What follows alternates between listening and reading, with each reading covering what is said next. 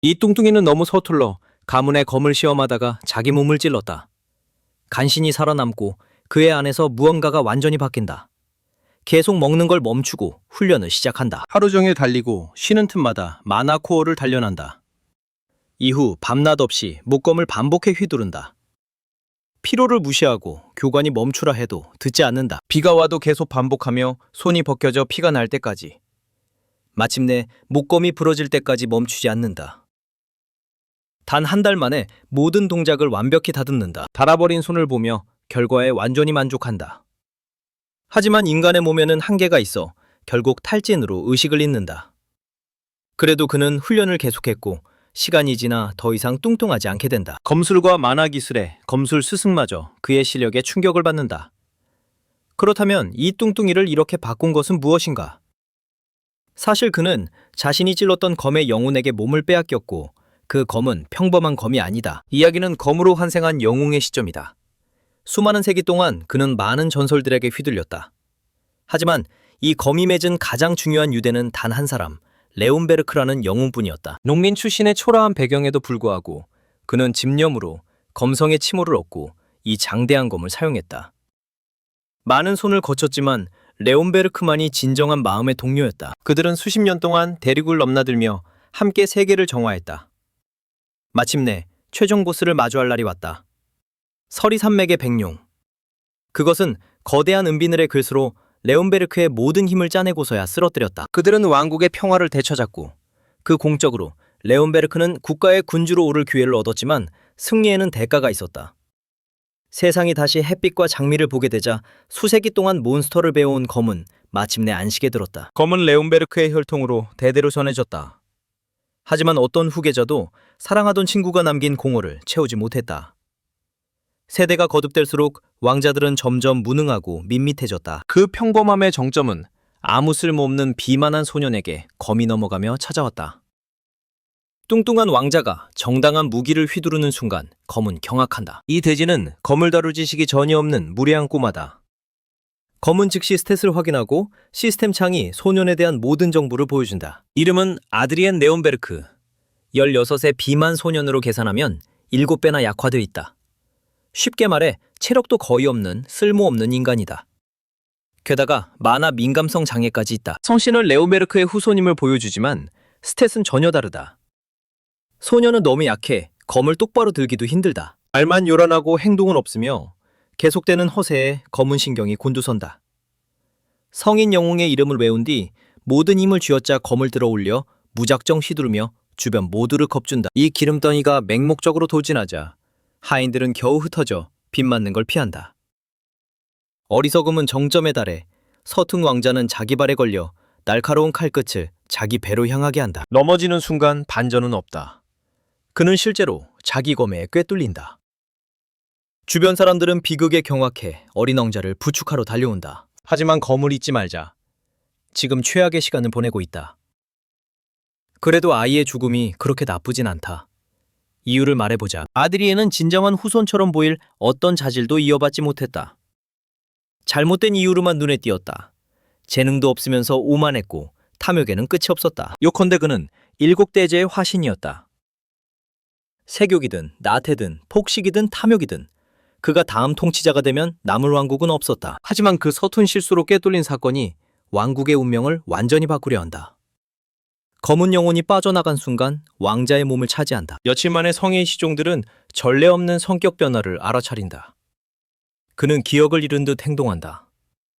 늘 그의 난행을 참아주던 스승조차 인정하지 않는다. 곧 왕이 아들을 만나러 방에 들어온다. 보기만 해도 오만한 검은이 남자가 그 꼬마의 아버지라 한다. 아들은 한심한데 왕은 그렇지 않아 약간 놀란다. 어쨌든 아버지는 아드리엔이 인사조차 하지 않는 무례함에 불쾌해한다.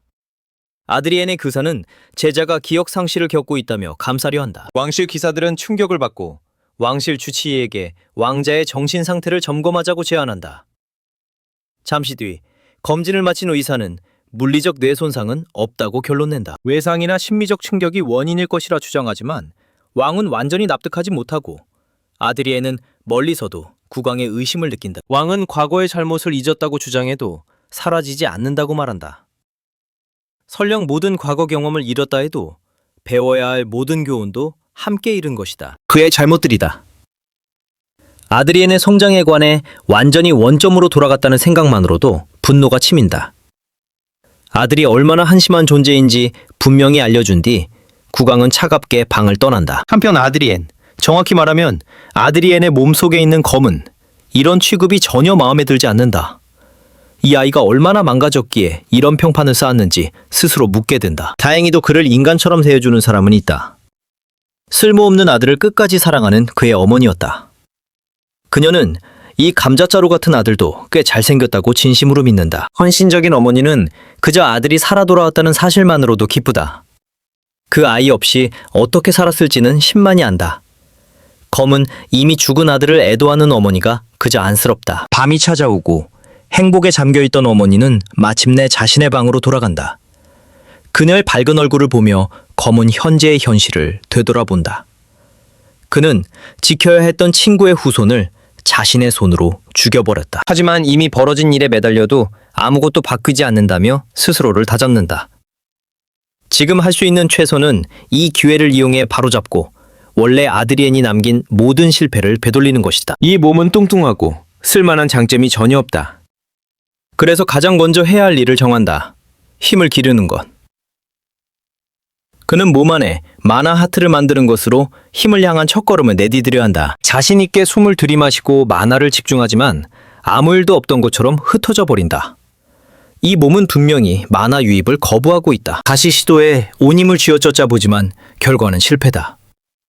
이 몸이 상상 이상으로 망가졌다는 사실을 뼈저리게 깨닫는다. 절망에 잠겨 있을 때 희망처럼 하인이 나타난다. 하녀로 왕비가 특별히 보낸 강장제를 들고 왔다. 맛은 형편없지만 이 무능한 몸에는 강력한 효과가 있다. 하녀는 그가 마시길 재촉하며 속으로 최악의 상황을 걱정한다. 이전에도 가져왔고 예전의 아드리엔은 항상 난폭하게 반응했기 때문이다. 하지만 예전의 쓸모없는 아드리엔과 달리 지금의 아드리엔은 이 액체에 마나가 농축돼 있다는 걸 단번에 알아본다. 그는 망설임 없이 잔을 낚아채 단숨에 들이켜 하녀를 놀라게 한다. 그릇을 완전히 비운 뒤 그는 하녀를 단호하게 물린다. 혼자 남자 다시 손에 마나를 모아본다. 강장제는 결코 속임수가 아니었다. 아직 모을 수 있는 마나는 적지만 그는 더 시험해볼 가치가 있다고 판단한다. 곧바로 하녀를 찾아가 더 있는지 묻는다. 며칠이 흐르고 통통한 얼굴에 떠오른 탐욕스러운 미소는 마나하트 생성에 성공했음을 분명히 보여준다.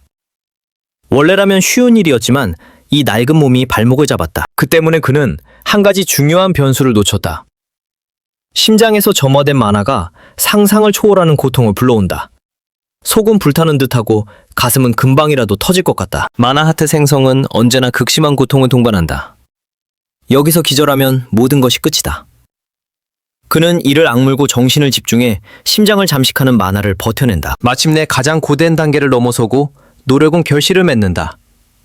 단순히 마나하트를 만들었기 때문이 아니라 이번에는 그것이 완전히 자신의 것이기 때문이다. 전생에서는 주인들이 마나하트를 쓰도록 도와주는 존재였을 뿐이다. 하지만 지금은 다르다. 그는 넘쳐나는 기쁨을 거의 억누르지 못한다. 마나하트가 완성되자 시스템 알림이 나타난다. 예전에는 아드리엔이 사용자에게 받던 알림이었다. 이번에는 그가 직접 받는. 하나의 창이 뜨자마자 연속으로 알림이 쏟아지고 그는 충격을 받는다. 요약하면 약한 몸이 여전히 마나하트의 잠재력을 가로막고 있다. 그래서 수많은 기술 중 일부만 사용할 수 있다. 현재 허용된 권능은 두 가지, 서드 아이와 서드 이어다.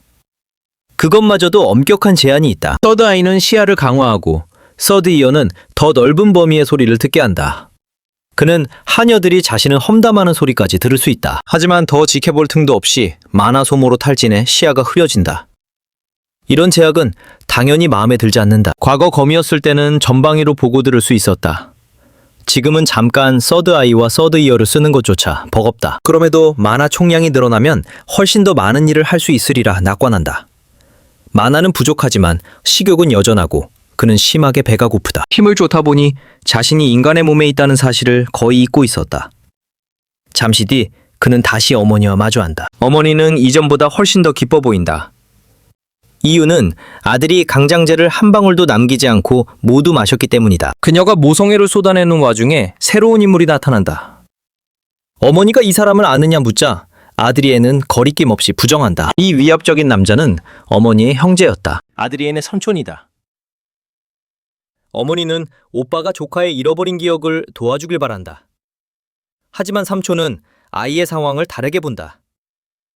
아드리엔이 가졌던 기억은 애초에 아무 가치도 없었고 그 쓸모없는 기억을 되찾는 건 시간 낭비라는 것이다. 이 거친 말로 아드리엔은 이 남자가 자신에게 깊은 원한을 품고 있음을 깨닫는다.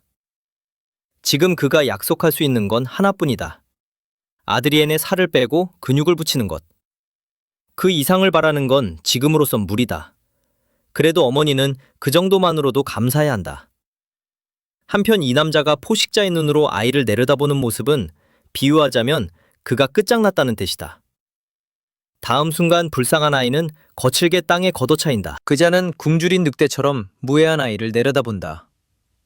그는 분명히 말한다. 허락 없이는 숨조차 쉬지 말라고. 기분이 내킬 때만 가문의 가장 신성한 검술을 가르쳐주겠다고 한다. 물론 이 말은 뚱뚱이의 분노를 극한으로 끌어올린다. 이 가문의 성공에 책임이 있는 존재에게 이렇게 배은망덕하게 구는 건 굴욕이다. 분노한 아드리에는 다시 일어서 6개월 안에 자신을 인정하게 만들겠다고 맹세한다. 실패하면 삼촌의 꼭두각시가 되겠다고 한다. 반대로 이기면 소원 하나를 요구한다. 아이의 자신감을 오만으로 착각한 세상에서 가장 오만한 남자는 즉시 조건을 받아들인다. 아드리에는 상황을 냉정히 받아들인다. 승리를 선언했지만 이 몸이 지옥을 보여줄 거란 걸 안다. 그는 만화로 몸을 감싸고 지방을 태우기 위해 전력 질주를 시작한다.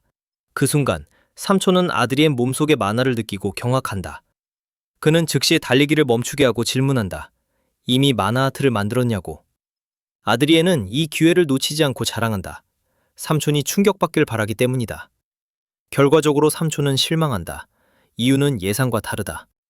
왜 굳이 만화아트를 만들었는지 이해할 수 없다는 것이다. 사실 만화아트는 하급 용경이나 쓰는 기술이다.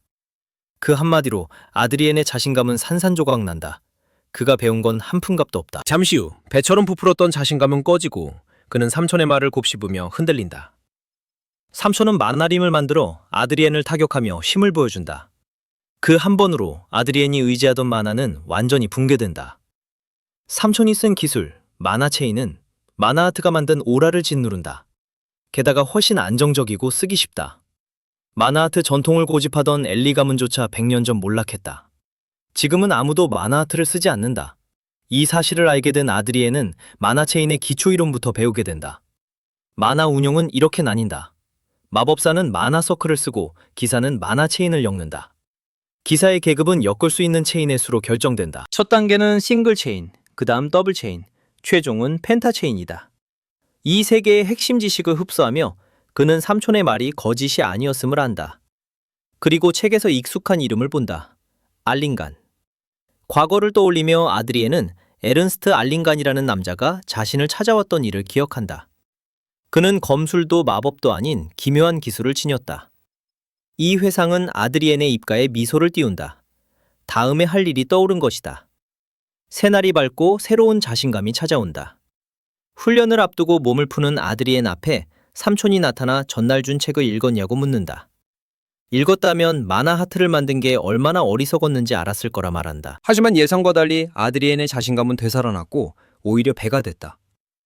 남자는 그가 멍청한 건지 일부러 멍청한 척하는 건지 묻는다. 아드리엔은 말 대신 행동으로 보여주려 한다. 그는 만화를 방출하며 만화 아트마다 작동 방식이 다르다고 말한다. 예상대로 삼촌은 전혀 믿지 않고 자기 확신에 찬 하급 용병들과 다를 바 없다고 본다. 그 용병들 역시 두 체인조차 넘지 못하고 실패한다. 그래도 그는 공개 도전을 건다. 자신이 다르다면 더블 체인 기사를 이겨보라는 것이다. 성공하면 어머니가 원한 대로 보호자가 되겠다고 약속한다. 하지만 아드리에는 그게 정말 이득이냐고 되묻는다. 이 말은 기사의 명예를 정면으로 모욕한다. 그는 스스로를 왕국의 기둥, 북부군 사령관, 흑창단의 주인, 국왕을 섬기는 5 은사자 중 하나라 칭한다. 4개의 체인을 엮은 쿼드 체인 기사인 그는 능력을 의심받는 무례를 용납하지 않는다. 그는 압도적인 만화를 방출해 발밑에 땅을 부수며 위력을 증명한다. 이것이면 충분히 보여줬기를 바란다. 이 남자가 진짜라는 걸. 아드리에는 뼈저리게 배우고 있고 삼촌이 더 나아가기 전에 젊은 왕자의 목숨을 위협할 정도로 상황이 잦았자 근처에 있던 기사들은 어쩔 수 없이 백작을 향해 무기를 든다. 긴장이 극에 달하고 아드리에는 이 일이 처음 생각했던 것보다 훨씬 더 큰 노력이 필요하다는 걸 깨닫는다. 잠시 후 아드리에는 바닥에 밀가마자루처럼 쓰러져 있다. 몸에 달라붙은 쓸모없는 지방을 태우기 위해 혹독한 유산소 훈련을 한 탓이다. 머릿속에는 여전히 그 백작의 오만한 얼굴이 떠오른다. 더블체인 기사를 이기지 못하면 그 흉터난 얼굴의 자식은 평생 자신을 업신여기며 짓밟을 것이다. 그렇게 생각하며 방으로 돌아온 순간 기다리고 있던 의사가 그를 맞이한다. 의사는 인사와 형식적인 말로 분위기를 풀려 하지만 아드리에는 본론만 말하라며 끊어버린다. 알고 보니 왕비의 명령으로 왕자의 회복을 빠르게 돕기 위해 치료를 하러 온 것이다. 하지만 아드리에는 그 치유 마법을 역경처럼 피하며 의사를 방에서 쫓아낸다. 그는 마법 치료에 전혀 관심이 없다. 치유 마법은 시간을 되돌리는 것과 같아서 근육의 미세한 손상과 피로를 전부 없애버린다. 그렇게 되면 몸은 자연스럽게 성장하지 못하고 지금까지의 노력은 전부 헛수고가 된다. 어느 날 식사를 하던 중 큰형이 식당으로 난입한다. 물론 검은이 시끄러운 남자를 알아보지 못하고 옆에 있던 기사가 귓속말로 설명해준다. 그는 셋째 왕자이며 전형적인 독성 가득한 형제다. 그는 지금도 아드리엔이 자기 검에 찔려 거의 죽을 뻔한 사건을 비웃으러 온 것이다. 아드리엔은 이런 유치한 도발에 대응할 생각이 없고 그 시간에 차라리 생산적인 일을 하라고 말한다. 도발하러 왔던 형은 오히려 긁혀서 다음으로 들은 소문을 꺼낸다. 소문에 따르면 아드리엔은 베나르트 백작과 내기를 했고 그 내기에는 더블체인 기사와의 대결이 포함돼 있다. 그래서 이 비열한 형은 스스로 상대가 되겠다고 나선다. 아드리에는 이 멍청한 자가 누군지도 모르겠고 왜 이 가문의 후손들은 하나같이 성가신지 이해할 수 없다. 방금 자신을 조롱한 인물은 셋째 왕자 질리안으로 재능과 검술로 유명하다. 그는 4살에 이미 2개의 링을 만든 천재로 결코 만만한 상대가 아니다. 그때 하녀 한 명이 끼어들어 아드리엔에게 도착한 수많은 편지를 내민다. 예전엔 아무도 관심 없던 자신에게 왜 이렇게 많은 편지가 왔는지 그는 이해하지 못한다. 곧 편지의 내용이 눈에 들어온다. 대부분은 결투 신청이었고 일부는 스파링 상대로 나서겠다는 내용이다. 요컨대 전부 공짜로 왕자를 두들겨 패려는 속셈이다. 이 뻔뻔함에 분노한 아드리에는 하녀를 불러 편지를 보낸 자들의 이름을 전부 적으라고 명령한다. 다음 장면에서 그는 훈련 중이고 북부사령관은 갑자기 그에게 목검을 던진다. 최소한의 검수리라도 가르쳐야 한다는 신념 때문이다. 왕자를 제대로 가르치지 못했다는 핑계를 듣고 싶지 않은 것이다. 아드리에는 무기를 주워들며 그냥 건네주지 않은데 살짝 짜증을 냈다. 그 순간 갑자기 몸 전체가 경련을 일으키며 근육이 비명을 지른다. 이를 본 발로르 하르트는 아직 치료 마법을 받지 않았냐고 묻는다. 아드리에는 기사가 그 이유도 모른다며 비웃는다. 치유 마법을 받으면 근육은 원래 상태로 돌아갈 뿐 성장은 멈춘다. 발로르 하르트는 그 말에 동의하며 애초에 치유 마법에 의존할 생각은 없었다고 말한다. 대신 지금부터 꼭 봐야 할 기술을 보여주겠다고 한다. 이것은 왕국의 비전 검술로 기사들이 기초를 쌓을 때 사용하는 기술이다.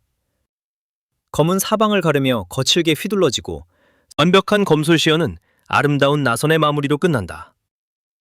아드리에는 말문이 막힌다. 시연이 끝나자 그는 이게 정말 기초 기술이냐고 묻는다. 발로르 하르트는 이를 모욕으로 받아들이며 훈련용 무기는 날이 없으니 기본을 익히는 게 중요하다고 설명한다. 그 순간 아드리에는 스승 앞에서 웃음을 터뜨린다. 그는 검술이 어떻게 변질됐는지 깨달았다. 광룡을 베어 쓰러뜨렸던 위대한 검술이 이제는 하찮은 기초 훈련으로 쓰이고 있는 것이다.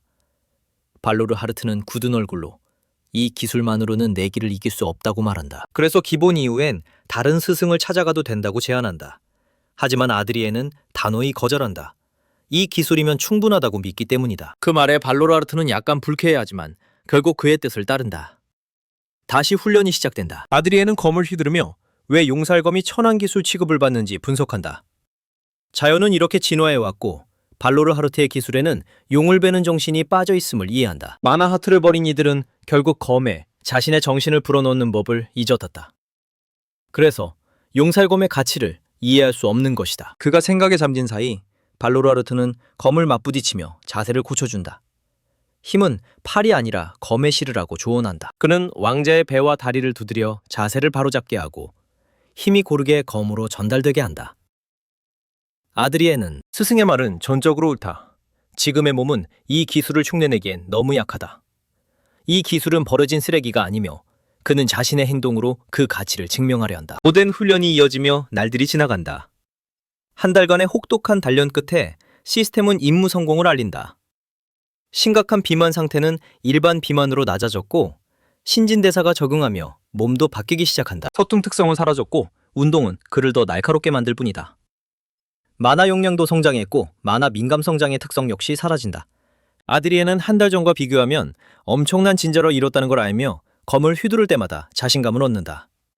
그의 목표는 매일 기술을 1%씩 완성하는 것이다. 다시 생각에 잠긴 순간 멈추라던 스승의 말에도 계속 휘두르던 그의 검이 산산이 부서진다. 폭우 속에서 두 사람은 침묵한 채 서 있고 왕자의 손은 한계에 도달해 있다. 멍근 소나기에서 피가 떨어지고 그는 삼촌을 보며 무슨 일이 벌어진 건지 묻는다. 그리고 앞에 훈련용 허수아비를 바라본다. 그의 일격으로 양팔이 완전히 잘려나가 있다. 아드리에는 말문이 막힌다. 발로르하르트는 진짜 검이었다면 큰 참사가 났을 거라며 그를 호되게 꾸짖는다. 아드리엔의 손은 굳은살과 상처로 가득하다. 시스템은 극도의 집중에 대한 보상으로 초집중 특성을 부여한다. 이것은 긍정적인 보상이며 피로로 쓰러지기 직전 그는 방금 죽을 수도 있었음을 깨닫는다. 발로르하르트는 제자의 시선을 느끼며 왕자의 완고함을 지적한다. 다음 장면에서 그는 침대에서 깨어난다. 훈련 도중 완전히 기절해버린 것이다. 그는 이 몸을 한계 이상으로 몰아붙였다. 검이었을 때를 떠올린다. 모든 면에서 완벽했던 시절. 그의 사용자들은 무명의 전쟁 영웅, 검성, 용병왕, 그리고 왕국의 창건자였다. 그는 수많은 전쟁을 승리로 이끌고 셀 수 없이 많은 몬스터를 죽이며 영웅들이 번성할 길을 만들었다. 크로어는 언제나 훌륭한 조언자이자 스승이었다. 그래서 그는 다시 그 완벽한 경지에 이를 때까지 검을 휘두르려 했다. 모든 노력을 하나에 쏟아붓기 위해서다. 하지만 지금의 몸은 너무 약해 제대로 쉬지 않으면 파멸로 이어진다. 만화아트를 만든 지 한 달이 지나며 그는 그 사이 만화 덩어리를 축적했다. 명상하며 왕자는 다음 단계에 대비한다. 시스템이 접근을 허용할 단계다. 그의 몸은 만화아트의 확장과 진화를 통해 더 많은 만화를 자유롭게 다룰 수 있게 된다. 신체 구조도 이에 맞춰 조정돼 육체적 이점이 생긴다. 과정이 끝날 무렵 아드리엔의 만화하트는 성공적으로 자급된다. 곧바로 시험하기 위해 그는 검을 들고 휘두른다. 검 수련자의 단계에 도달하며 가장 기초적인 우라이에 접근한다.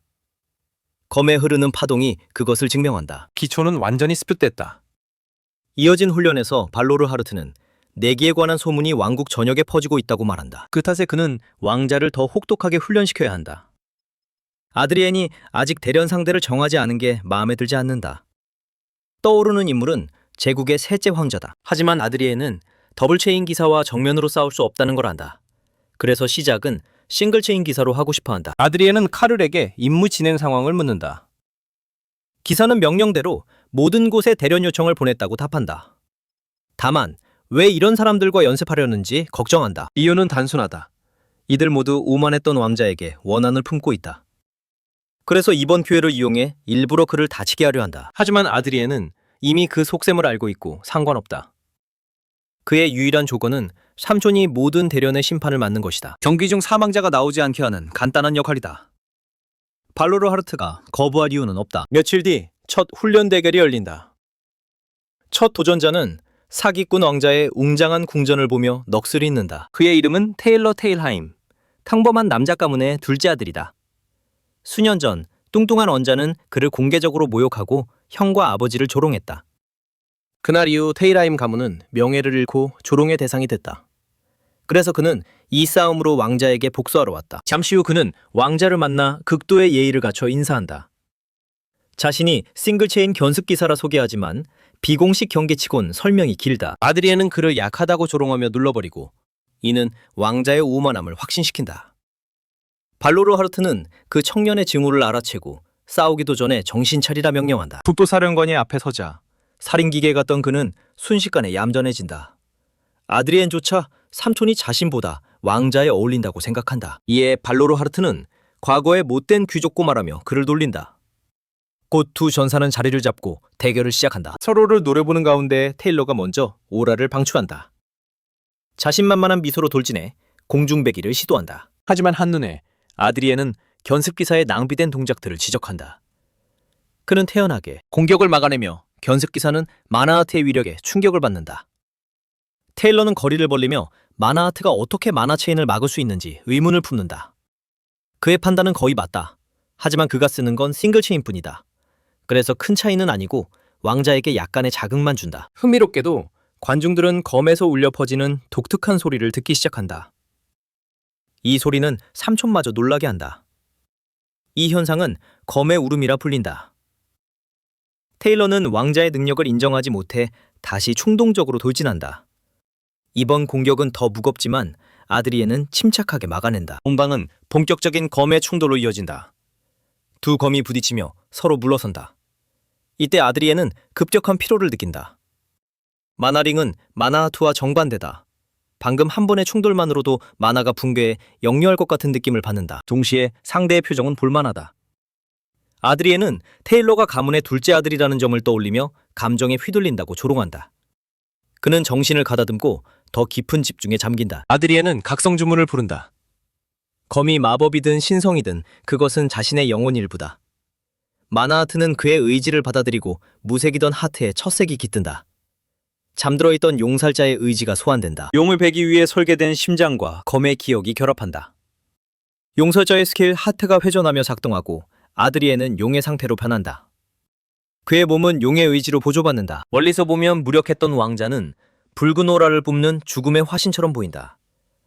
테일러는 그 모습에 공포를 느끼고 발로르 하르트는 즉시 결투중지를 외친다. 하지만 왕자는 결의를 품고 상대를 향해 돌진한다.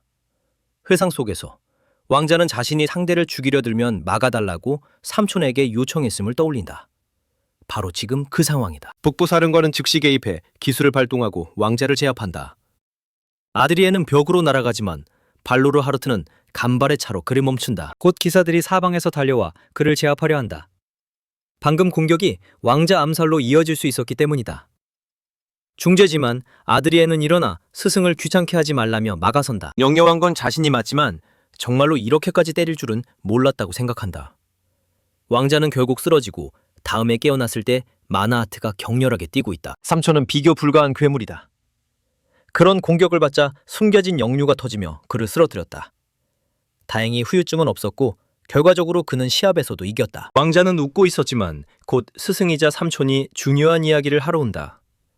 그는 왕자가 쓴 검술을 떠올리며 그런 스타일은 가르친 적이 없다고 말한다. 왕자는 검의 본질에 몰입해 하나가 되었다고 밝힌다.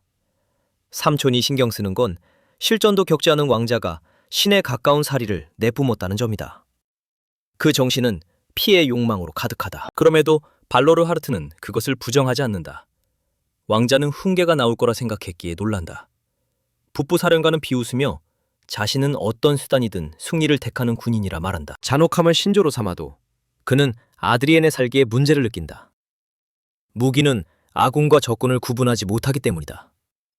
왕자는 자신의 약점을 고치기 위해 노력 중이라 반박한다. 외삼촌은 그의 성장을 지켜보며 언젠가 내면의 악마에 잠식될지 궁금해한다. 사흘간의 대련이 끝나고 테일러는 패배를 인정한다. 왕자는 며칠간의 협력에 감사를 전한다. 테일러는 복수에 실패했고 왕자는 원하는 걸 얻지 못했다며 그를 놀린다. 아드리에는 하녀에게 특별한 선물을 가져오라 지시한다. 테이라임 가문을 위한 것이다. 과거에 오만한 왕자가 많은 사람에게 상처를 줬다는 걸 그는 알고 있다. 이 선물로 충분하진 않지만 사과의 뜻이다. 테일러는 왕자의 변한 태도에 당황한다. 아드리에는 그에게 꺼지라 말하며 원래의 쓰레기 왕자가 남긴 뒤처리를 굳이 할 필요는 없다고 생각한다. 이 무례한 왕자의 대련 소식은 빠르게 왕국 전역에 퍼진다. 사람들은 약한 왕자를 꺾을 전사를 원했다. 모두가 첫째 왕자가 크게 당할 거라 생각했다. 하지만 수차례 연습 경기 후에도 아드리엔이 고생했다는 소문은 들리지 않는다. 대신 돌아온 전사들은 왕자에 대해 좋은 인상을 갖게 된다. 그들은 첫째 왕자를 친절하고 자비로운 인물로 묘사한다. 태도가 완전히 바뀌어 평민들은 왕실에 세뇌된 게 아니냐고 의심한다. 이 소식을 들은 아드리에는 오히려 분노한다. 아무 말도 안 하는 이유는 자신들이 얼마나 처참히 당했는지 때문일 뿐이다. 아드리에는 이 귀족들을 쓰레기라 여겼지만 삼촌은 그도 다를 바 없다고 조롱한다. 왕자는 참다 못해 최근 상대를 바라보며 대련 결과를 공개하라고 정중히 협박한다. 이번에는 이 변화가 모든 비난과 소문을 잠재우길 바란다. 하지만 다음 날 더 많은 소문이 퍼지기 시작한다. 이번에는 사람들이 뚱뚱한 왕자는 살기 위해 시합 결과를 조작한다. 이 녀석은 계속 패배만 쌓는다. 거부하며 귀족의 신경 끄고 분노와 짜증 전부 훈련에 쏟는다. 왕자의 검은 이전보다 더 사납다. 불타는 만화로 바람을 가르며 베어낸다. 그의 만화 심장은 생기로 불타오르고 그는 칼스에게 남은 스파링 상대를 묻는다. 기사는 오늘 마지막 상대를 만나게 될 거라 설명한다. 첫째 왕자는 이미 수습 기사로는 상대가 안 된다. 하지만 씨는 이 마지막 상대가 검을 완전히 익힌 정식 기사라 확신시킨다. 이 기사는 자기 가문의 기술에 만족하지 못하고 기사단에 들어가 검을 더 단련한 엘리트다. 그 설명은 아드리엔에게 매력적이고 그는 아르윈 쿠르기안의 도착을 반긴다.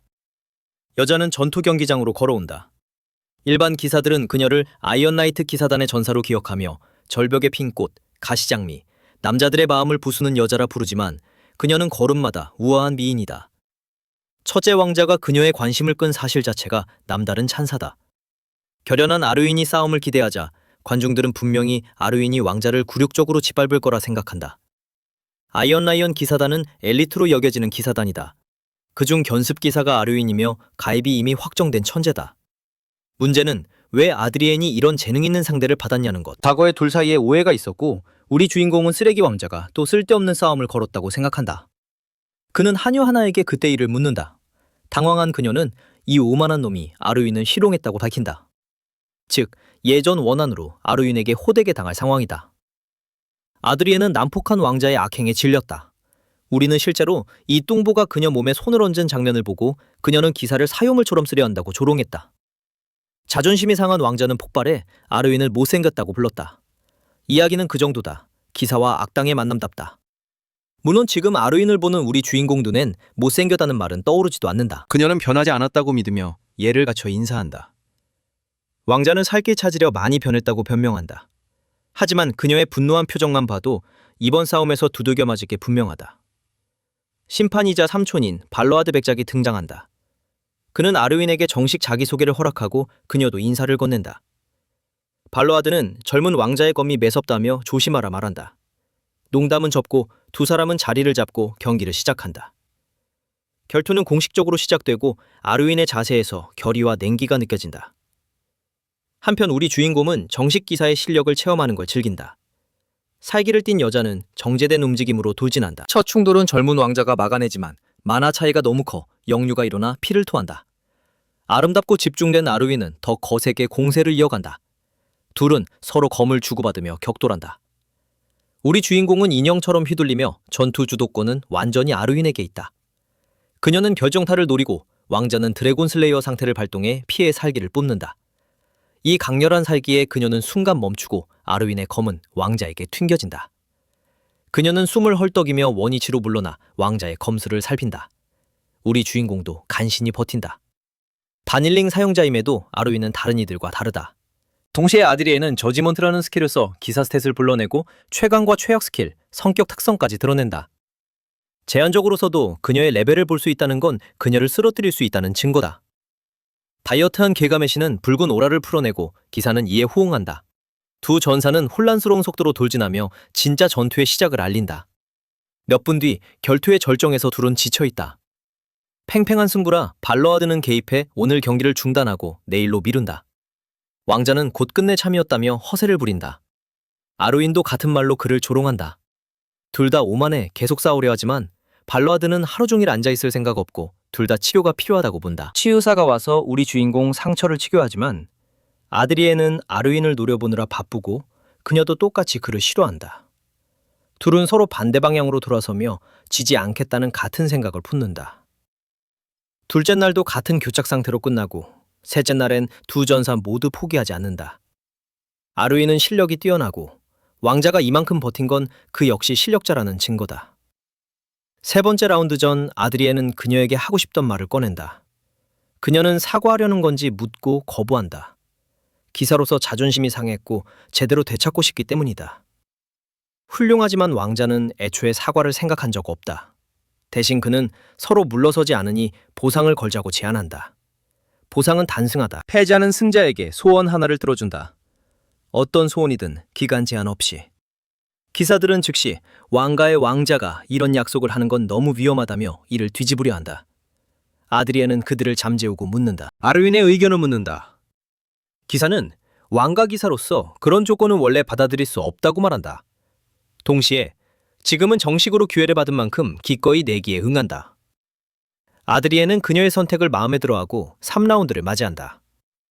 두 전사는 서로 기백을 먼저 꺾으려 혼란스럽게 검을 휘두른다. 여기서 아드리에는 너무 빠르고 대담한 기술을 써서 천재 기사를 멈춰 세운다.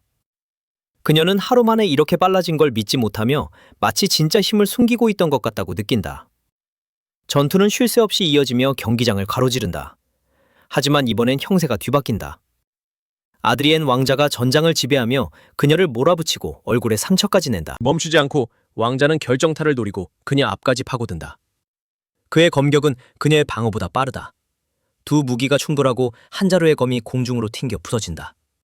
기사는 한쪽 무릎을 꿇고 관중은 승자를 목격한다. 아르윈은 결과를 받아들이지 못하지만 왕자는 아르윈 케란에게 확실한 승리를 선언한다. 보상은 간단하다. 아드리엔 레온베르크 왕자는 그녀를 원한다. 다만 이상한 의미는 아니다. 걱정 마라. 칼은 이미 첫째 왕자의 근위 자리를 얻었다. 일은 왕자의 오만함과 달리 사실 쉬웠다.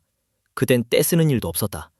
지금의 그를 보며 칼은 폭풍 속에서도 계속하던 왕자의 혹독한 훈련을 떠올린다. 그 집념은 훈련용 인형을 완전히 파괴했고 그 얼굴엔 전투에 대한 광적인 갈증이 있었다. 그때 근위는 이드리온이 위대해질 운명임을 알았다. 현재로 돌아와 칼을 포함한 다른 근위들은 모두 경악한다. 누군가를 소유한다는 건 기사에게 특히 잔혹하다. 아르윈은 그것이 왕자의 진짜 바람인지 묻는다. 주인공은 확인하며 그녀가 아직 수습기사이고 하찮은 왕자에게 졌다고 덧붙인다. 그래서 지금 그가 원하는 건 아르윈 케란이라는 기사의 완전한 잠재력이다. 이 설명은 분위기를 누그러뜨리고 그녀를 놀라게 한다.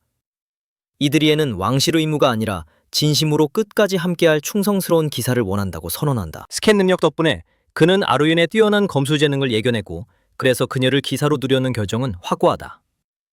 이제 그녀의 과거를 본다.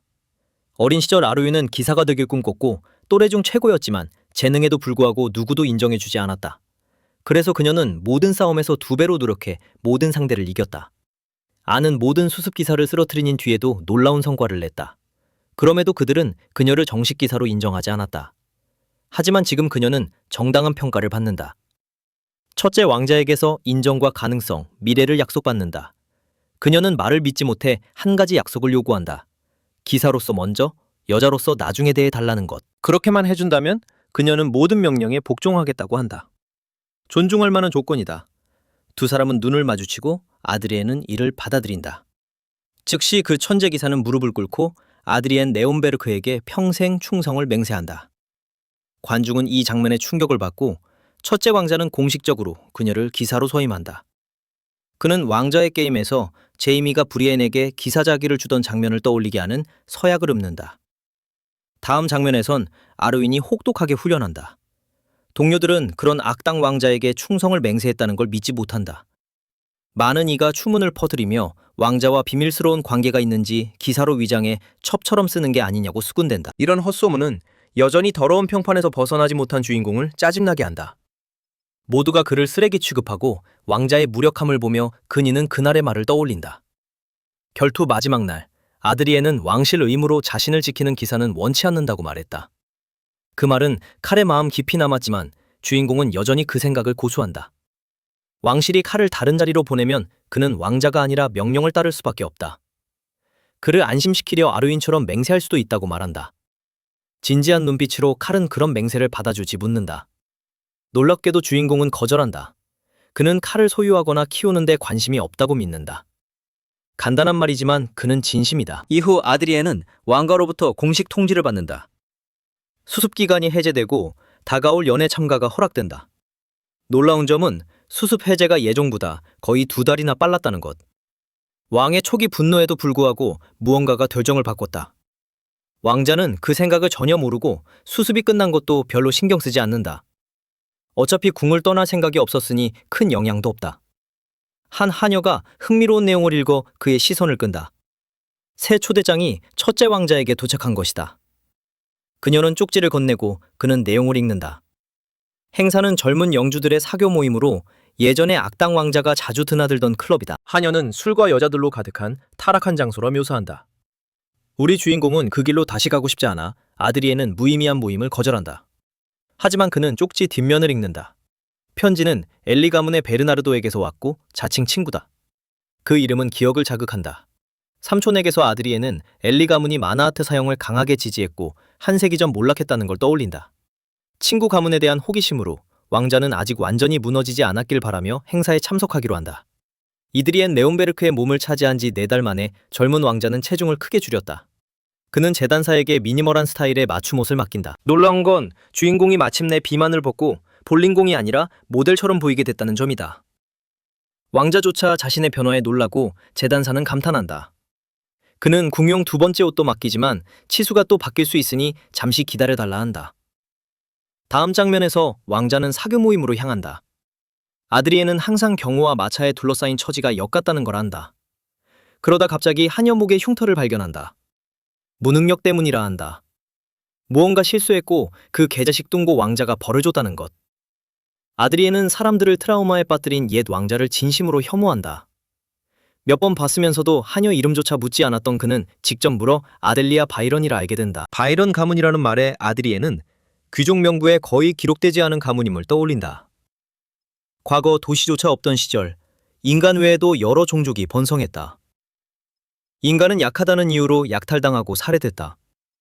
그러나 대전쟁의 끝에서 인간은 스스로의 구원자가 되어 대륙 최강 종족으로 떠올랐다. 그중 가장 유명한 이들은 5 선출자라 불렸다. 그 5 영웅 중 하나는 그레우온 검을 든 여인이었고 거대한 괴물 무리를 마주하며 전쟁 후 자신과 충성스러운 검이 무엇을 할지 자문했다. 그녀는 전투로 뛰어들어 단 한 번의 배기로 거인왕의 목을 뱄다.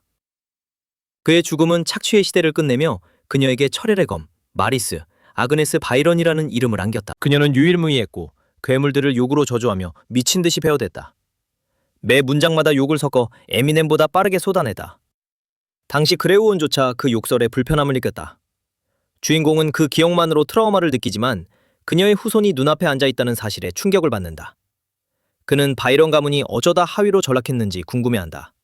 어쨌든 칼은 도착했다고 알린다. 주인공은 마차에서 내리며 나중에 아델리아와 제대로 대화하겠다고 해 하녀와 그니를 혼란스럽게 한다. 밖에서 은발 남자가 사랑하는 옛 친구를 맞이한다. 그는 엘리 가문의 베르나르도이며 왕자와 그의 변화에 깊이 감사한. 이상하게도 아드리에는 흥미로운 점을 발견해 베르나르도의 호기심을 끈다. 주인공은 오늘 밤이 아주 재미있을 거라며 온 게 잘한 선택이라 말한다. 다음 장면에서 술 취한 남봉꾼들이 서로 희롱하는 클럽에 있다. 파티는 10,000원이지만 베르나르도는 왕자의 행동에 충격받는다. 늘 술 마시고 추파를 던지던 악당이 이번엔 침묵한다. 이드리엔의 분위기 자체가 예전과 다르다. 실제로 한 술꾼이 아르윈을 이겼다는 소문을 꺼내도 주인공은 한마디도 하지 않는다. 파티 전체가 그의 화려한 승리를 떠들고 이 음흉한 남자들은 갑옷 속 아르윈이 얼마나 아름다울지 궁금해한다. 그는 차분히 그 남자에게 형제가 있냐고 묻는다. 남자는 동생이 있다고 답해 왕자를 안심시킨다. 왜냐하면 주인공은 이 개자식을 죽이고 싶어 주먹을 날려버리기 때문이다. 장면은 긴장되며 공포와 충격으로 모두를 얼어붙게 하고 베르나르도조차 굳는다. 아드리에는 이 자식에게 형제가 있어 기뻐한다. 가문을 끊지 않고도 이 자식의 불화를 밟아도 되기 때문이다. 남자는 비명을 지르고 차갑고 위험 있는 왕자는 그의 동생을 새 가문의 후계자로 선언한다. 구타는 계속되고 아드리엔의 피바다는 군중을 공포에 빠뜨린다. 얻어맞는 남자는 왜 자신이 샌드백이 됐는지도 모른다. 이를 교육의 기회로 삼아 왕자는 자신을 악당 취급하는 걸 용납하지 않겠다고 강조한다. 그의 셰익스피어 같은 말은 파티를 혼란에 빠뜨린다. 의미를 선념하듯 아드리에는 말보다 주먹이 낫다며 다시 한 대 날린다. 첫 남자를 마이크 타이슨급 연타로 박살낸 뒤 그는 베르나르도를 부르고 그는 즉시 무릎을 꿇는다.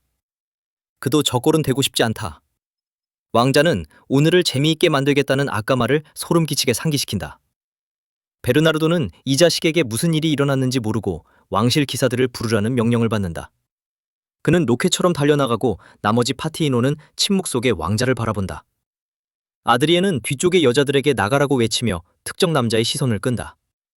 그 남자는 몰래 빠져나가려 하지만 아드리에는 그를 알아본다. 그는 여자와 함께 떠나는 건 허락하지만 아까처럼 불화를 뜯어낼 수 있다면 괜찮다고 말한다. 그 생각만으로 모든 남자는 공포에 굳는다. 솔직히 말해 그런 건 없다. 불알이 부서질 때까지 짓밟히는 것보다 더한 위협은 없다. 아드리에는 아까 무릎 꿇지 않고 조롱하며 자신의 기사까지 모욕한 무례를 지적한다. 왕실을 모욕한 대가로 합당한 죄목과 처벌을 내리기 위해 그는 왕실 근위, 특히 칼의 부대를 불렀고 칼은 그들을 반역자로 규정한다. 단 한 번의 명령으로 근위들은 모두를 끌어들이는데 기뻐한다. 아드리에는 신나게 아무도 처벌을 피하지 못하게 하라고 명령한다. 이 사건 후 왕자는 또 한 번 혼란을 일으켰다며 왕 앞에 불려간다. 귀족 자녀 14명이 온갖 이유로 체포됐다. 왕은 아들이 왕실 권위를 동원해 피해자 가문들의 처벌을 내린 것에 분노한다. 하지만 14가문이 연루돼 왕은 심각한 반발을 마주하게 된다. 아드리에는 아버지를 잘 알고 그의 두려움을 정확히 짚으며 이들은 모두 추방자이자 구제불능의 쓰레기라고 말한다. 오히려 그는 체포된 쓰레기들의 형제 자매에게 편지를 보내라 권한다. 아들의 말을 들은 왕은 나가라고 명령하고 왕자는 아무 걱정 없이 물러난다. 이제 하녀와의 약속으로 돌아간다. 아델리아를 위로하려 애쓰지만 그녀는 눈물로 무너져 무엇이 그렇게 잘못이었는지 묻는다. 그녀는 옛 왕자에게 학대당해 망가진 강아지 같다. 그녀의 가문은 정식 귀족 명단에도 없다. 레온베르크 가문의 후손들조차 바이런의 의미를 모른다. 마치 역사의 일부가 지워진 듯하다. 아그네스 바이런의 비할 데 없는 공적은 더 이상 기억되지 않는다. 바이런 가문은 그렇게 끝났다. 그럼에도 주인공은 아델리아의 검술에 잠재력이 있음을 분명히 본다. 이 여자는 엄청난 특성을 지닌 숨은 S랭크다. 우선 도살자는 피를 보면 발동되는 특성이다. 워마니악은 전투에 집착하는 성향이다. 동시에 하녀는 연약한 마음과 간병인 특성을 지녀 매우 온순하다. 즉 이 하녀는 비할 데 없는 검술과 전투력을 가졌지만 광기에 빠지면 어느 특성도 그녀를 제어하지 못한다. 어느 순간 주인공은 그녀의 학살을 세상에 풀어놓을지까지 고민한다. 어쨌든 S랭크 재능을 쓰지 않는 건 낭비다. 조의 정신 특성은 주인이 섬기는 대상에게 충성하고 행복함을 느낀다는 뜻이다. 이를 지렛대로 아드리에는 절대적 충성을 맹세하라 요구한다. 이미 하녀인 그녀에겐 혼란스러운 요구지만 아드리에는 더 큰 걸 원한다고 밝힌다. 그는 지금 당장 자신의 기사가 되길 원한다. 수줍고 연약한 그녀는 자신이 하찮다며 그런 중책을 거부하며 무너진다. 하지만 주인공은 그녀 가문의 진실을 알고 책임지겠다고 약속한다. 대신 그녀는 의문 없이 그에게 충성하고 섬겨야 한다. 전략은 그녀가 광기를 스스로 제어 못하면 그 통제를 자신에게 맡기는 것이다. 처음엔 가문까지 책임질지 의심하지만 왕자의 확인에 그녀는 크게 기뻐한다. 그는 가족을 수도로 불러 언제든 볼 수 있게 하겠다고까지 말한다. 이는 그녀를 충분히 기쁘게 만들어 충성을 맹세하게 한다. 그렇게 아르윈처럼 그녀는 서약을 외우고 평생 첫째 왕자에게 봉사하겠다고 선언한다. 아드리에는 이 합의에 만족하고 의문 없이 명령을 따를 하인으로 공식 지정한다. 그는 손을 가볍게 두드려 그녀 얼굴에 기쁨을 띄운다. 하지만 왕자조차 이 선택이 옳았는지 불안해한다. 아드리에는 이 몸을 차지한 뒤 궁 안에 떠도는 모든 소문을 떠올린다.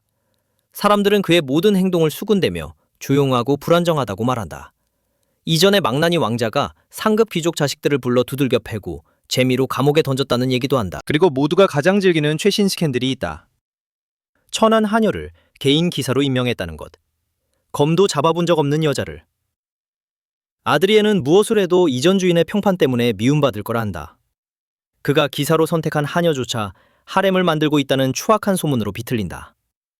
무엇보다 그는 모두가 그의 삶과 선택에 당연히 간섭하는 걸 증오한다. 하녀를 기사로 만든 이 결정 하나가 이렇게 거대한 폭풍이 될 줄은 몰랐다. 모두가 그의 실패를 기다리는 느낌이다. 그는 아버지인 왕이 또다시 아들 뒷정리를 한다며 분노하는 모습을 상상한다. 늘 그렇듯 삼촌이 그의 이름을 저주하고 동생이 잘난 척하며 비웃는 장면도 떠올린다. 아드리에는 좌절과 공포에 짓눌려 생각 속으로 가라앉는다. 그때 다른 하녀가 급히 들어와 왕비가 도착했다고 알린다. 아드리에는 즉시 심장이 뛰며 신들에게 자비와 잠깐의 휴식을 속으로 빈다.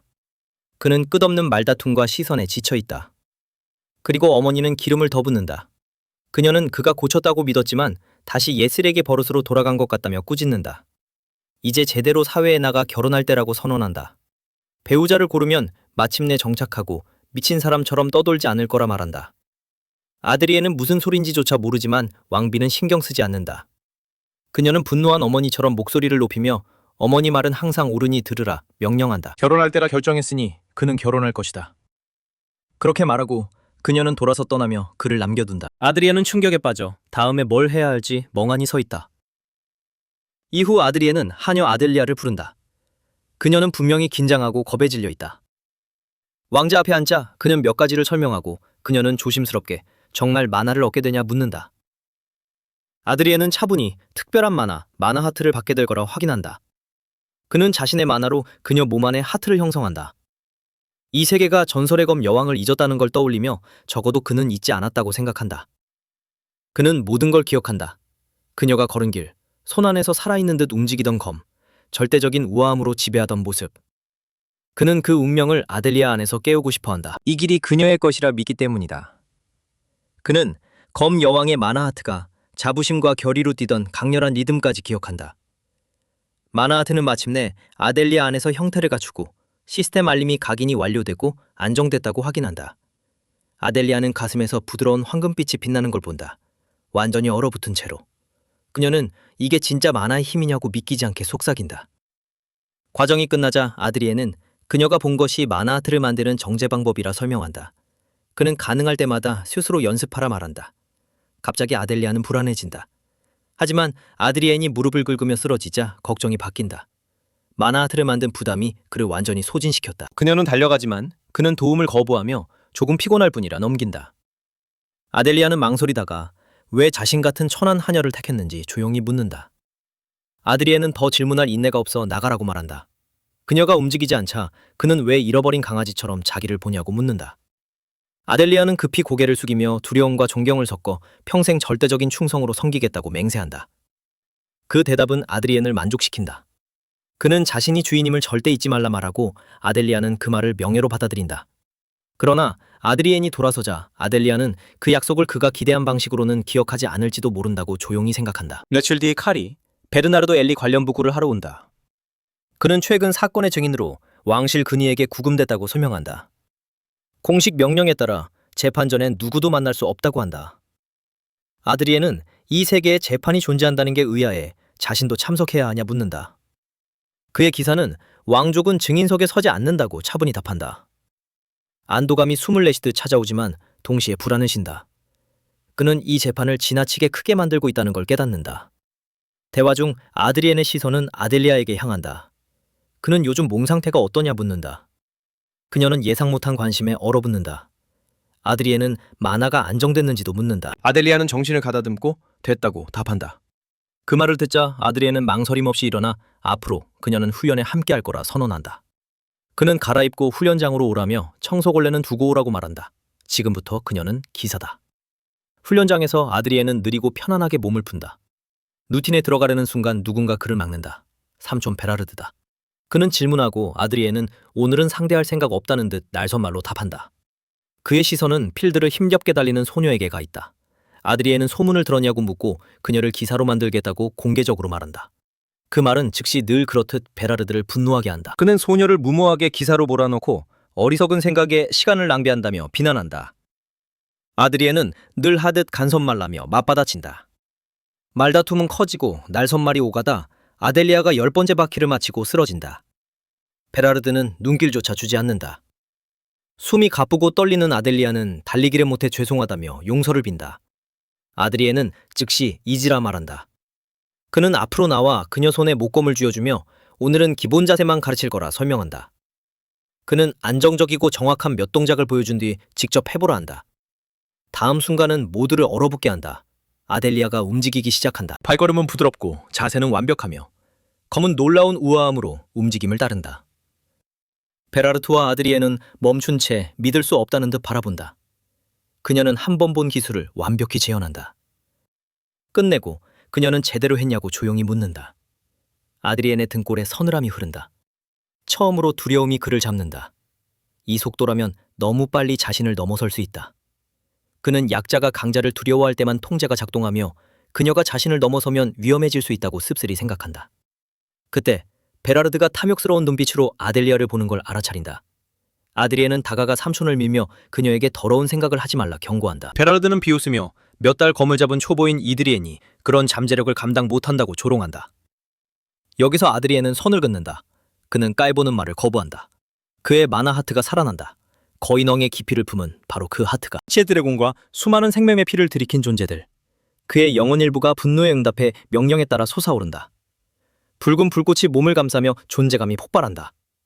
그는 차가운 권위로 베라르드를 바라보며 무겁고 단호한 목소리로 아델리아는 자신의 것이라 선언한다. 아드리에는 아델리아를 보거나 생각조차 하지 말라 삼촌에게 경고한다. 그는 자기 것이 아닌 걸 강제로 취하려는 걸 진심으로 증오한다. 그 순간 그는 현실 감각이 흐려지는 걸 깨닫는다.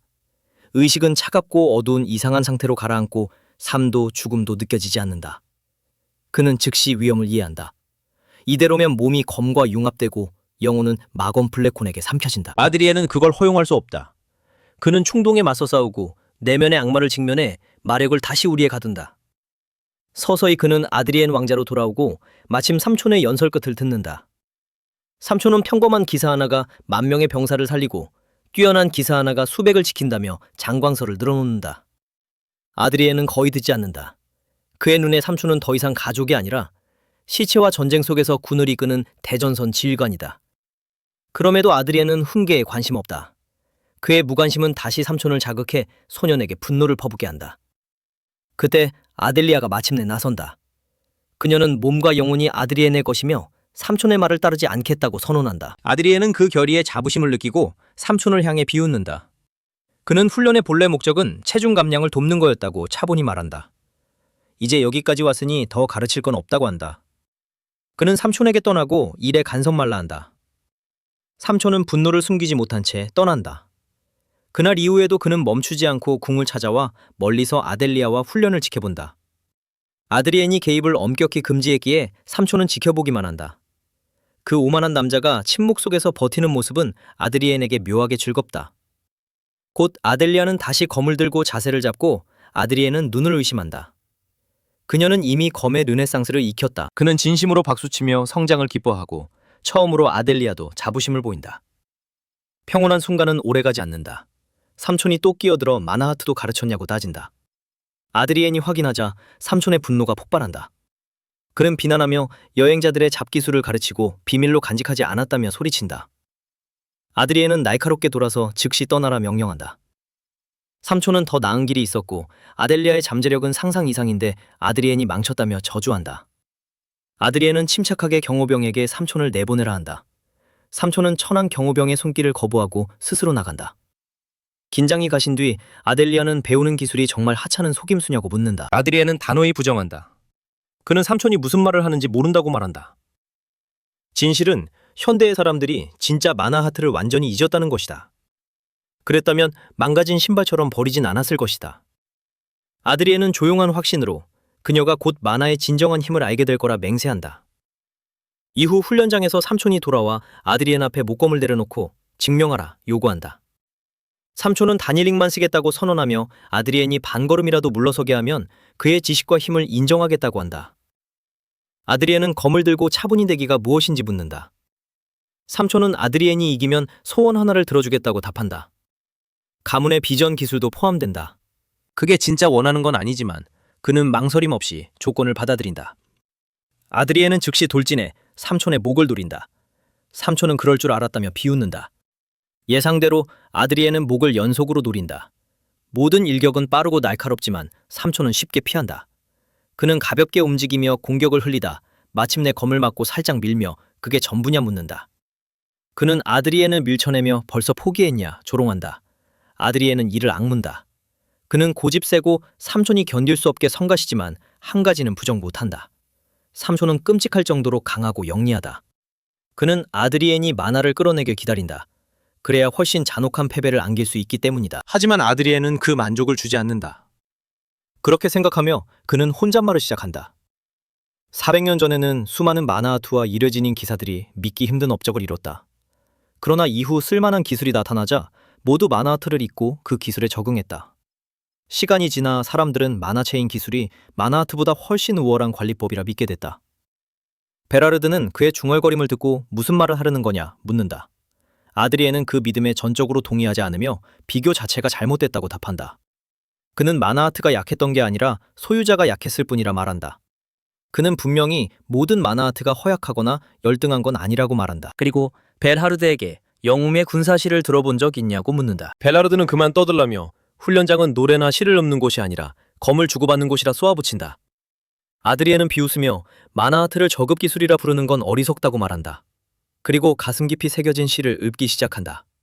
그는 영웅 마셜을 꿈꾸던 20명의 수련생을 상대로 100번의 전투를 이긴 노래를 부른다. 말이 흐르자 영웅 마셜의 시가 형상을 이룬다.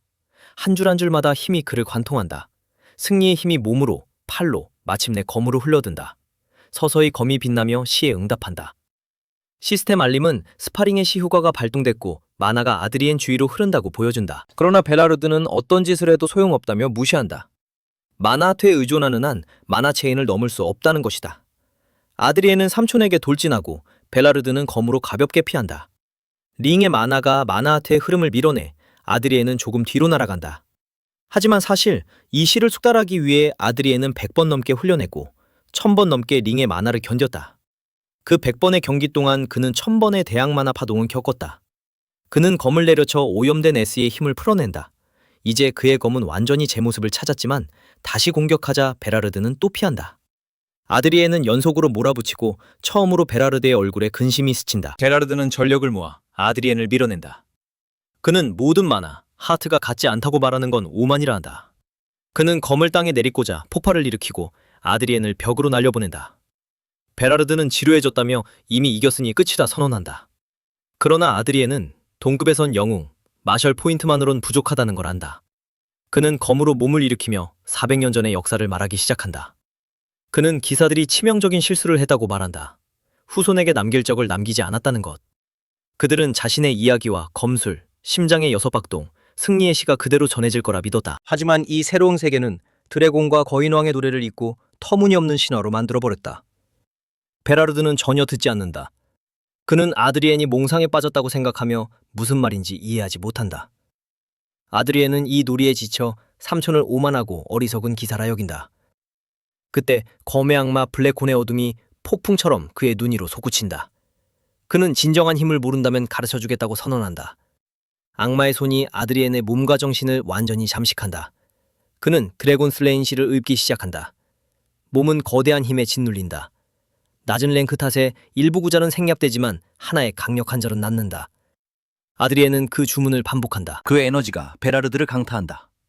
아드리엔이 공격하자 베라르드는 이대로면 죽을 수 있음을 깨닫는다. 또 한 번의 폭발이 터지고 아드리엔은 땅으로 내던져진다.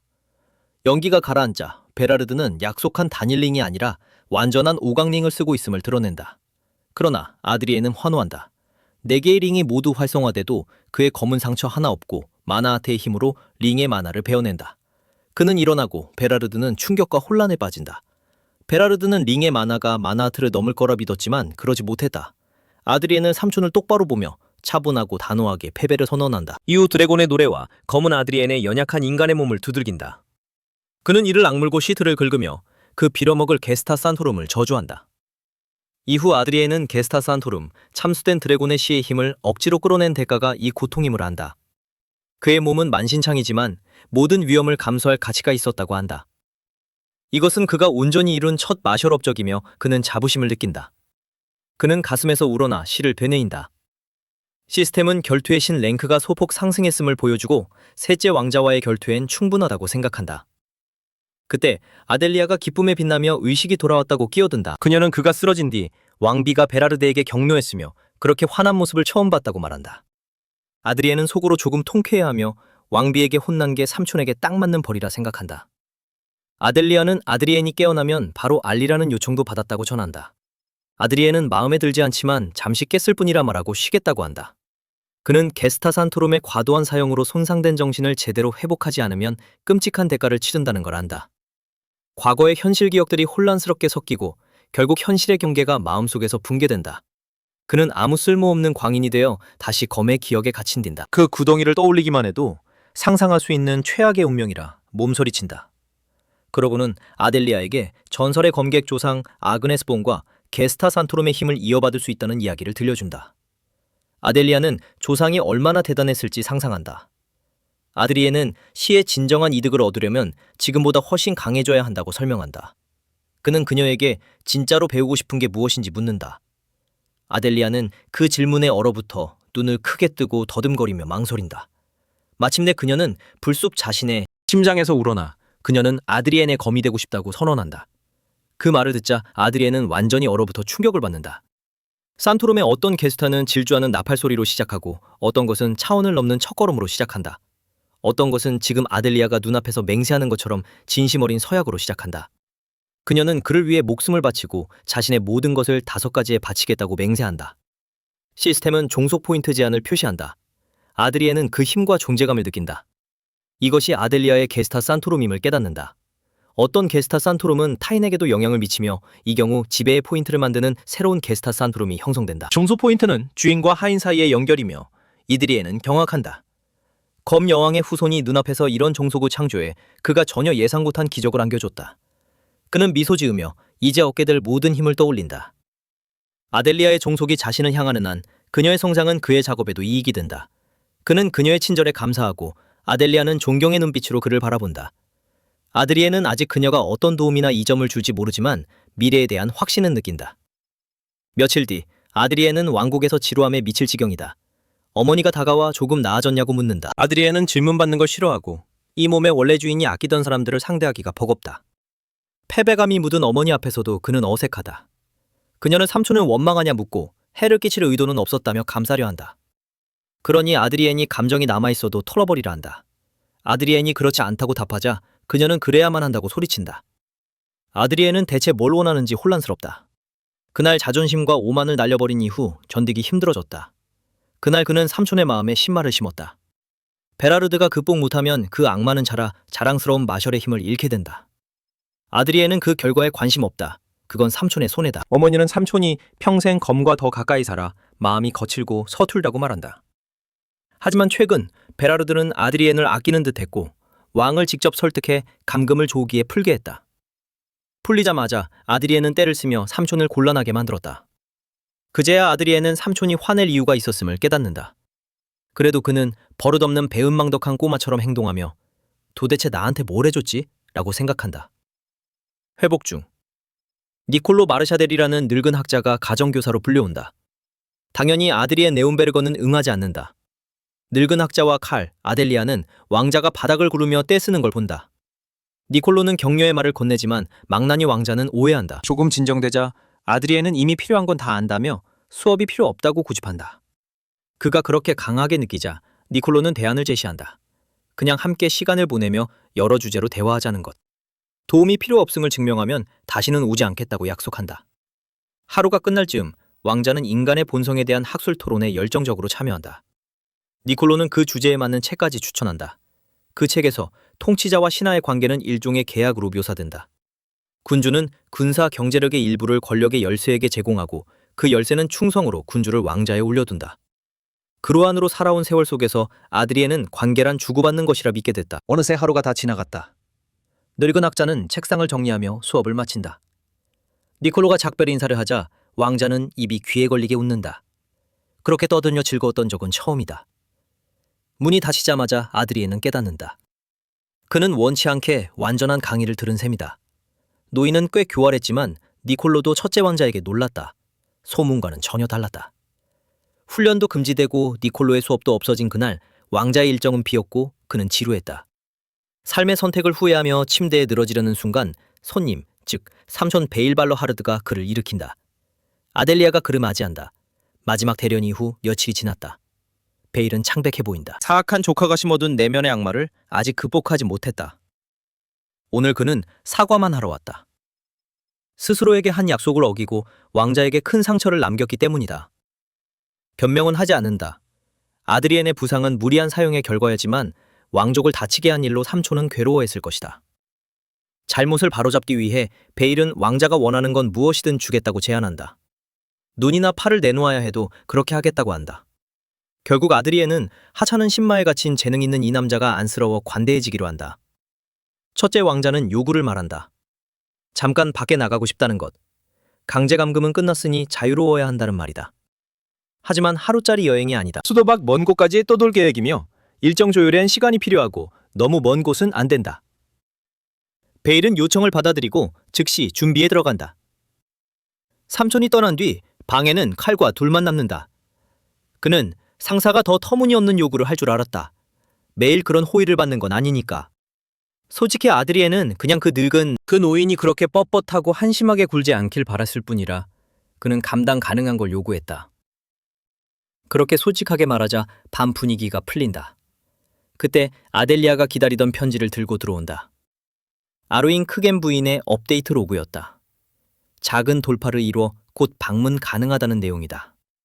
짧고 달콤한 타이밍 좋은 희소식이었다. 5일 뒤 삼촌 베일은 모든 준비가 끝났다고 전해왔다. 이틀 후 출발일이 왔다. 첫 목적지는 엘렌이다. 왕자는 들떠 가만히 있질 못한다. 엘렌 백장령은 왕실 최고의 병기 생산지다. 고급 철을 공급하는 철광과 이를 정제하는 대장장이 길드가 있다. 왕실에 납품되는 무기와 방어구의 절반 이상이 엘렌산이다. 최근 이드리엔의 레벨이 크게 올라 자신만의 새검을 찾고 싶었다. 원래는 왕실 무기고에서 고르려 했지만 왕의 명령으로 막혔다. 예전에 뚱보 왕자 행적을 보면 아버지를 탓하긴 어렵다. 그래도 궁 밖에서 제대로 된 무기는 얻을 수 있다. 의외로 앵크는 이 여정을 진지하게 준비했다. 그렇게 약 20일의 여행이 시작된다. 수도에서 3일이면 첫 정거장 엘렌에 도착한다. 이후 2일 더 가면 아이언 라이언 성이다. 지금 아드리에는 사흘 내내 마차에 갇혀 지루해 죽을 지경이다. 맞은편의 아델리아도 재미는 없다. 차라리 마나하트를 점검하는 게 낫겠다. 현재 탱크는 드래곤 슬레잉 시 과사용의 여파로 비어있다. 이제 천천히 다시 채워도 안전하다. 그는 마차의 진동, 차가운 바람, 기사들의 잡담에서 태어난 마나의 조각을 모아 결국 빈 마나하트를 재형성에 채운다. 놀랍게도 새로 만든 마나하트는 이전보다 훨씬 컸다. 이는 더 큰 의지의 일부에 불과하다. 실을 강제로 사용한 영향이다. 그의 신체는 질적으로 변화해 마나하트가 확장되고 저장 능력이 향상됐다. 비정형적인 방식으로 검 전문가 단계에 도달해 근원과의 연결이 강화되고 일부 권한의 제한이 해제됐다. 세 번째 눈과 세 번째 귀도 크게 강화됐다. 전반적으로 단 한 번의 명상이 그를 다른 단계로 밀어올렸다. 작은 움직임마다 급격한 변화를 느낀다. 그는 또 한 걸음 나아갔다. 긴 사흘의 마차 여정 끝에 마침내 엘렌에 도착한다. 첫째 왕자는 도시 영주의 아들 에드가와 토렌스 엘렌의 극진한 환영과 안내를 받는다. 장거리 이동을 배려해 에드가는 먼저 객실로 안내하겠다고 한다. 엘렌 저택을 둘러보며 아드리에는 왜 이곳이 병기 생산의 중심지라 불리는지 알게 된다. 복도는 각종 무기로 가득하다. 자세히 보면 전시된 검들은 번지르르한 장식품일 뿐 실전에 쓸모없는 쇠덩이다. 첫인상으로 이드리에는 여기서 원하는 거 찾기 어렵겠다고 느낀다. 그래서 영진의 대장장이 길드로 데려가달라 요청한다. 에드가는 흔쾌히 허락한다. 가는 길에 지역 영주는 대장장이들이 거칠고 고집세며 일에 몰두하면 영주가 와도 알아채지 못한다고 경고한다. 에드가는 장인 정신을 존중하라는 긴 서두를 건넨다. 다소 무례해 보일 수 있더라도. 작업실에 들어서자 용광로의 열기가 강렬하다. 공기는 망치질 소리로 가득하고 불꽃은 요란하며 풀무는 슉슉거린다. 대장장이들은 불과 철을 완벽한 조화로 다룬다. 그중 한 가지 유독 선명한 소리가 왕자의 숨을 먹게 한다. 방 한가운데서 검을 단련하는 노인의 모습이 아드리엔의 시선을 사로잡는다. 이상하게도 망치의 리듬 하나하나가 그로온으로서의 첫 기억을 떠올리게 한다. 아델리아가 죽은의 뺨에 땀을 닦아주며 그를 향수 어린 몽상에서 깨운다. 다른 대장간은 왕자에게 인사하려 작업을 멈췄지만 노인은 집중을 멈추지 않는다. 에드가는 환영단을 이끄는 이를 대장장이 길드장 섹슨이라 소개한다. 아드리에는 신경 쓰지 않는다. 그저 눈앞에 단련장인을 보고 싶을 뿐이다. 섹슨은 왕실에 잘 보이려 노인에게 멈추고 예를 갖추라 고함친다. 아드리에는 그 개자식을 입부터 잡아 문제를 막아야 했다. 비어있는 작업대와 다른 대장장이들의 불편한 시선을 보니 길드장이 허락도 없이 모두를 끌고 나온 모양이다. 왕자는 존중의 표시로 모두 작업으로 돌아가라 한다. 제자리를 찾자 그는 집중해 그야말로 압도적인 장면을 지켜본다. 그는 상의를 벗은 노인이 달아오른 강철을 두드리는 모습을 멍하니 본다. 그 과정에 완전히 빠져든다. 그는 존재해온 모든 세월 동안 불타는 세계 한가운데 있었다. 이런 감각은 처음이다. 대장간을 나온 뒤 에드가는 그 노인이 지난 반년간 같은 검을 계속 단련하고 녹이기를 반복했다고 설명한다. 그가 만든 검은 모두 걸작이라 전해진다. 명장이라 불리는 데는 이유가 있다. 어느 하나 품질이 떨어지지 않았지만 그는 모두 다시 녹였다. 게다가 최근 한 달간 거의 잠도 자지 않았다. 그는 자신을 바쳤다. 완전히 일에 몰두했다. 나이를 생각하면 걱정스러웠다. 엘렌 도착 며칠 뒤 왕자는 대장간을 이른 아침에 찾고 밤늦게 떠나는 일을 반복했다. 그는 장인이 강도 높은 일과를 이어가는 모습을 말없이 지켜봤다. 첫째 왕자의 도착으로 생긴 긴장과 달리 아무 사건도 없었다. 엘렌 체르는 마지막 날에 이르렀다. 출발 당일 장인은 평소보다 더 몰아붙였다. 왕자는 완성품을 보고 싶었지만 얼마나 걸릴지는 알 수 없었다. 그는 깊은 아쉬움만 안고 떠나야 했다. 처리할 일은 많았다. 출발 전날 밤 아드리에는 송별 연회를 명했다. 연회가 끝난 뒤 에드가는 이른 아침 달려와 장인의 검이 완성됐다고 외쳤다. 흥분한 왕자는 대장간으로 달려가 장엄한 무기를 든 노인을 보았다. 그는 최신 창조물의 날을 조심히 닫고 있었다. 완전히 예리해지자 장인은 기꺼이 무기를 왕자에게 넘겼다. 칼날을 보며 아드리에는 그 순간을 담는 말을 떠올렸다. 떠오르는 태양처럼 달궈진 무기, 왕실 진홍과 같은 색으로 식은 검, 태양 같은 검, 왕의 탄생. 이름으로 장인은 다마롱을 제안했다. 장인에게는 황혼, 왕자에게는 새벽이었다. 무기가 주인에게 넘어가자 노인의 기력이 급히 꺼졌다. 쓰러지기 전 왕자는 그를 붙잡았다. 약한 맥박을 느낀 아드리에는 엘렌에서 하룻밤 더 머물기로 했다. 임종에서 노인은 왕자가 자신을 보던 순간을 말했다. 첫날부터 검은 운명처럼 마음속에서 형태를 갖췄다. 태어날 날도 스스로 골랐다. 그로하는 진실을 말하고 비밀을 밝혔다. 노인은 담담히 받아들였다. 대장장이와 한때의 검은 서로를 안다. 마지막으로 장인은 자신이 만든 마지막 검을 잠시 들게 해달라 했다. 자루를 잡고 검이 주인만큼 위대하길 축복했다. 아드리에는 약속했고 노인은 숨을 거뒀다. 해가 뜨자 에드가는 왕자의 천막으로 달려와 새검 다마랑을 자랑했다. 영혼으로 벼린 칼날. 그는 노인의 검은 부적합하다며 마검을 쓰라 했다. 최고급은 아니지만 중급으로는 충분했다. 속셈을 간파한 왕자는 마검을 받고도 다마롱을 포기하지 않았다. 그는 엘렌 가문의 왕실 충성을 내세워 에드가를 압박했다. 귀족은 손해를 삼키고 물러설 수밖에 없었다. 화려한 마검으로 장인의 검을 바꾸려다 값진 무기 2자루를 공짜로 잃었다. 더 지체 없이 행렬은 출발했다. 기병은 전속력, 마차와 보병은 일정 속도로 따랐다. 지연을 만회해야 했다. 마차로 가며 왕자는 베일 삼촌과 마주쳤다. 엘렌에 있는 동안 거의 보지 못했다. 이제 해질녘까지 아이언 라이언 유세로 강행군이다. 왕자는 말을 탈 줄 몰랐다. 그는 오랫동안 문자 그대로 검이었기 때문이다. 아이언 라이언 성으로 가는 길은 험했다. 그는 이동하며 순말을 배웠다. 토하고 말이 날뛰고 쓸데없는 급회전이 이어졌다. 반나절은 아니었지만 하루 만에 도착했다. 철의 라이언, 울 로덴 가문의 위신은 니온부르거의 귀공자를 맞는 환영에 담겨 있었다. 이들은 예상보다 혈기가 강했다. 이유는 분명했다. 자신들의 여신이 하찮은 왕자에게 빼앗겼다고 여겼다. 도발이 재미있겠다 생각한 이드리오는 아르윈에게 걸어갔다. 마주하자 기사는 무릎을 꿇고 군주에게 예를 올렸다. 아이언 라이언들은 곧바로 달려들 뻔했다. 반응은 즉각적이었고 아딜리아 바이런도 그랬다. 지금 적대에 휘말리면 위험했다. 왕자는 그녀를 진정시켜야 했다. 그는 그녀의 복종을 길러온 덕을 봤다. 그는 아르윈에게 돌아서 다른 곳으로 가자 했다. 아직 할 말이 많다. 뒤에 사자들도 함께 오라 했다. 도착 후 첫 행선지는 훈련장이었다. 그는 왕국 최강이라 불리는 아이언 라이언의 실전을 보고 싶었다. 아드리에는 누구든 나서라 공개 도전을 걸었다.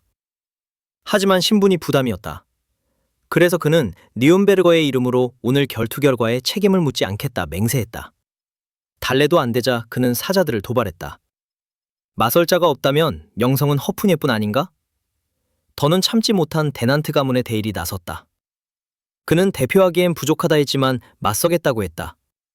왕자는 미끼에 걸린 걸 보고 만족했다. 데일은 목검을 뽑아 돌진했다. 아드리에는 첫 교환을 우레 같은 반격으로 받아쳐 데일의 몸을 내부부터 부셨다. 그의 붉은 훈련장 진흙바닥 위로 그의 머리가 미끄러졌다. 하나 끝, 아직 많다. 왕자는 기사들에게 줄을 서서 자신에게 덤비라 했다.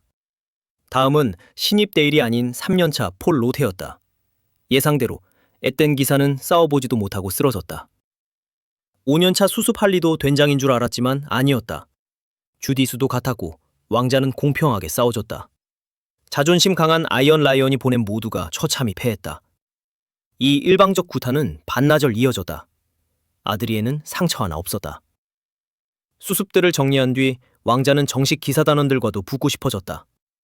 더 소란을 위해 그는 아르윈이 귀가길에 함께 간다 선언했다. 가시장미는 망설임 없이 받아들였다. 이 말에 정식 단원 하나가 나섰다. 그는 왕자의 도박 취미를 언급하며 작은 내기를 제안했다. 그가 망신당하기 전 아드리에는 선을 그었다. 아르윈은 상품이 아니라고 했다. 대신 다른 걸 거자했다.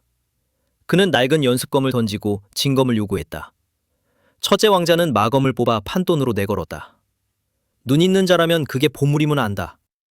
불안해진 아르윈은 자신이 상품이 되겠다 했지만 그녀는 검과 비교 불가였다. 미래의 검성 가치는 강철과 다르다.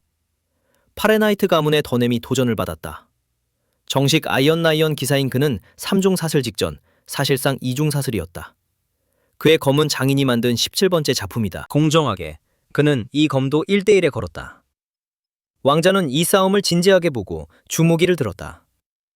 그의 손엔 며칠 전 완성된 장인의 100번째이자 마지막 작품이 있었다.